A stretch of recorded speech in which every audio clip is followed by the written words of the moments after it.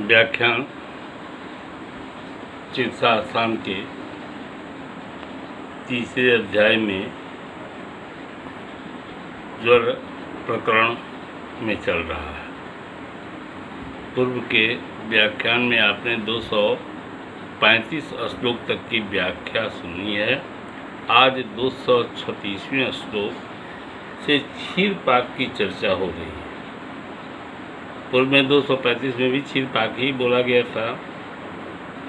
श्री कंटक बलाव्याघ्री गुण नागर साधितम वर्चो मूत्र विबंधग्नम सोफ ज्वर हारम पाया। यह दूध जो है गोखरू, बड़ियार का मूल, बटकटैया की जड़, सोंठ, इनके समान भाग कल्प से सिद्ध किए गोदुग्ध में गुड़ मिलाकर पीने से मल और मूत्र का विबंध दूर होता है तथा शरीर में आए शोथ भी समाप्त होते हैं।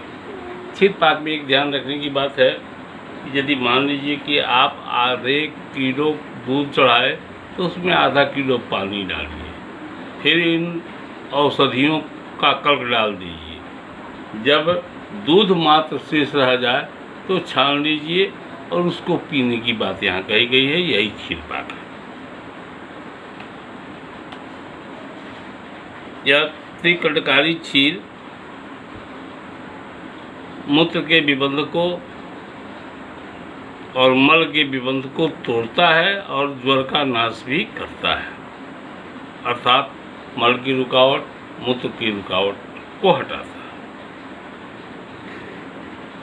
237वें श्लोक में नागरादि क्षीरपाक है। स नागरम समृद्धिकम सघृत क्षौद शर्करम श्रितम पया खरजूरम पिपासा ज्वर नाशनम।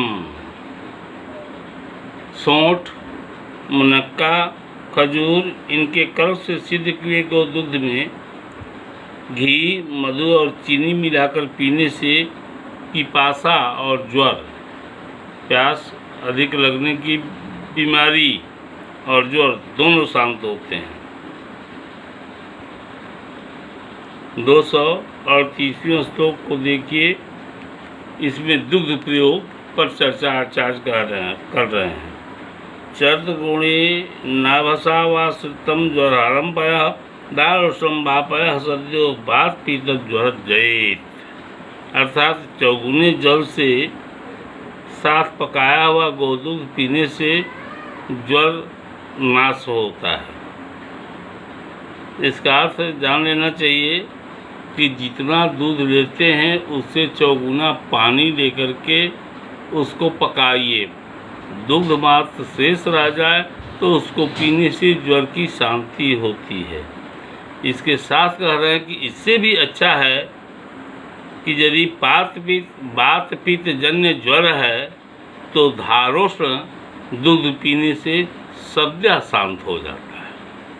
धारोष्ण का अर्थ होता है कि गाय जहाँ दूही जा रही है उसी दूध को सद्य वहीं पर पी लेना धारोष्ण दूध कहा जाता है। 239वां श्लोक देखें। आचार्य यहाँ ज्वर में दुग्ध की श्रेष्ठता बता रहे हैं जीर्णत ज्वर के लिए, ज्वर में नहीं जीर्णत ज्वर के लिए। जीर्णत ज्वराणाम सर्वेषां पया प्रशमनम परम पेयम तदुष्टम शीतम वा यथास्वम भेषजयी श्रुतम। सभी प्रकार के जीर्णत ज्वर को शांत करने में दूध जो है उत्तम होता है। उस दूध को दोषों के अनुसार औषधियों को मिला करके पाक करना चाहिए और गर्म या शीतल पीने से भी यह कार्य करता है। ध्यान रहे कि दुग्ध सिर्फ तरणत ज्वर में वर्जित है, निरामद ज्वर में वर्णित नहीं। आमद ज्वर में वर्जित है और आमद ज्वर में भी दूध चिकित्सक देते हैं, इसलिए कि आम के पाचन के लिए जिन औषधियों का प्रयोग बताया गया है वो विसर्ज होती है। और विशेष औषधियों में टॉक्सिकेशन बॉडी में नहीं हो, इसलिए चिकित्सक आमद ज्वर में भी दूध को पिलाते हैं। लेकिन यहाँ आचार्य सीधे सीधे जीर्ण ज्वर की चर्चा कर रहे हैं, तरुण ज्वर में वर्जित कर रहे हैं। लेकिन क्यों देते हैं यह बात आपको बता दी गई।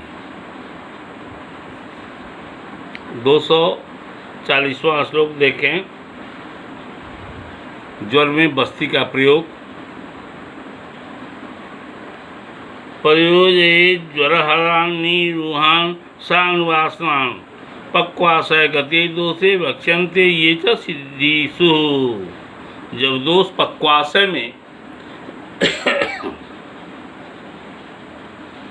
रहे स्थित हो तो सिद्ध स्थान में बताए गए ज्वरनाशक निरूह और वासव वस्तुओं का प्रयोग करना चाहिए। 241, 42, 43 और 44 यह 4 श्लोकों में पटोल आदि निरूह वस्तु की चर्चा है। इसको देखें। पटोलारिष्ट पत्राणि सोशीरस चतुरंगला हिरिवेरम रोहिणी तिक्ता स्वदंसा मदनानि च एसरा बला च तत्सर्वं पैसरोदकेशदं क्षीरवाशीसं निर्जुह्यं संयुक्तं मधुसर्पिषा कल्कैर्मदनमुस्तानां पीपल्या मधुकस्य च वस्तकस्य च संयुक्तं बस्तिं दद्याज्वरापहम्। शुद्धे मार्गे हृते दोषे विप्रसन्नेषु धातुषु गतांगशूलो लघ्वंगा सद्यो भवति विज्वरा। अर्थात परवल की पत्ती, नीम की पत्ती, खास, अमलतास की गुद्दी, सुगंध, बाला, कुटकी, गोखरू, मदन फल, सरीवन, बरियार की जड़, इन सबों के समान भाग के कल को आधे दूध और आधे पानी में पकाने। यहाँ आधे दूध आधे पानी का अर्थ है कि मैंने बताया पहले ही आपको कि यदि आप 1 केजी दूध 1 लीटर दूध पका रहे हैं तो उसमें 1 लीटर पानी डाल दीजिए और इन औषधियों के साथ मिलाकर के पाक कीजिए। जब 1 लीटर पानी जल जाए और दूध मात्र शेष रह जाए तो उसे उतार दें और उसकी चर्चा हो रही है। मधु और घी उसमें छोड़ दीजिए। बाद में मदन फल, मोथा, पीपल, मुलठी, इंद्रजौ का कल्प डाल दें। अब इस ज्वरनाशक निरूह बस्ती को बस्ती यंत्र के द्वारा दें। इसके प्रयोग से मार्ग शुद्ध हो जाते हैं, दोष निकल जाते हैं, धातुएं दोष रहित हो जाती हैं, इसलिए रोगी प्रसन्न हो जाता है। इससे अंगों में होने वाली पीड़ा शांत हो जाती है, शरीर के अंग प्रत्यंग हल्के हो जाते हैं, फलस्वरूप शीघ्र ही ज्वर छूट जाता है। 245वां श्लोक देखें। आरोग्यवध उसीरम च मदनस्य फलम तथा चतस्रा पर्णिनिश्चव निर्यूह्यम उपकल्पयेत्। 46वां श्लोक 20 के साथ देखें। ये आरोग्यवधादि निरूह बस्ती की चर्चा इन दोनों श्लोकों में है। 7 देखिए इसको। प्रियंगुर मदनम मुस्तम सतावम मध्यष्टिका कल्का सर्पि गुड़ा छौदम ज्वरग्नो बस्ती उत्तमा। अमलतास की गुद्दी, खस, मैनफल, सरीवन, पिठीवन, बनमूंग और बनूरत की बात मतलब चारों पर्णियाँ 4 होती हैं। आप द्रविगुण में पढ़ के आए हैं। इन चारों पर्णियों की चर्चा है यहाँ। इनकी समान मात्रा में लेकर क्वाथ करें। चतुर्थांश क्वाथ शेष रह जाए तो छान लें तथा प्रियंगु, मैनफल, मोथा, सौंफ, मुलेठी इनका समभाग कल्प बनाने। उस क्वाथ में या कल्प और घृत, गुड़ और मधु डालकर बस्ती यंत्र में रखकर निरूह बस्ती देने से यह उत्तम ज्वरनाशक होता है। 247, 48 और 49, 249 श्लोक तक देखें, 3 श्लोक एक साथ में देखें, इसलिए कि यहाँ गुरुच्यादि निरूह बस्ती की चर्चा है। बड़ी लाभकर यह बस्ती होती है, जैसा इसे देखें। गुरुचिम त्रयमाणम च चंदनम मधुकम वृषम स्थिराम बलाम पृष्ठपर्णी मर्दम चेति साधये रसम जांगल मांसस्य रसेन सहितं विषं पिप्पली फलमुस्तानां कल्केन मधुकस्य च ईषत् सलवणं युक्त्वा निरूहं मधुसर्विषा ज्वरप्रशमनं दद्यात् बलस्वेद रुचिप्रदम्। गुरुच, त्रयमाणा, लाल चंदन, मुलेठी, अरुषा की पत्ती, सरिवन, बरियार का मूल, पिठीवन और मदन फल, इन द्रव्यों के को समान भाग लेकर क्वाथ बनाने। क्वाथ में जांगल पशु पक्षियों का मांस रस और पीपर, मैनफल, मोथा और मुलेठी कल्क,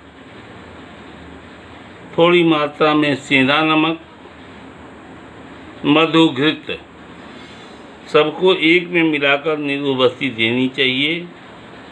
यह बस्ती ज्वर शांत करती है, बल को बढ़ाने वाली बस्ती है, पसीना लाने वाली यह बस्ती है और साथ ही साथ भोजन में रुचि बढ़ जाती है इससे।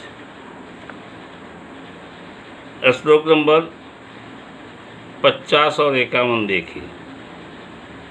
जीवंतीम मधुकम मेराम पिप्पलिम मदनम बचाम रिद्धिरास्ताम बलाम विश्वम सत्पुष्पा सतावरीम पेष्टाक्षीरम जलम सर्विस तैलम च विपचेद विषक अनुवासनिकम स्नेहमितम विद्याज्वरापहम। यह जीवंत्यादि अनुवासन बस्ती है। इसके पहले निरूह बस्ती की चर्चा हुई है, यहाँ से अनुवासन बस्तियों की चर्चा आचार्य कर रहे हैं।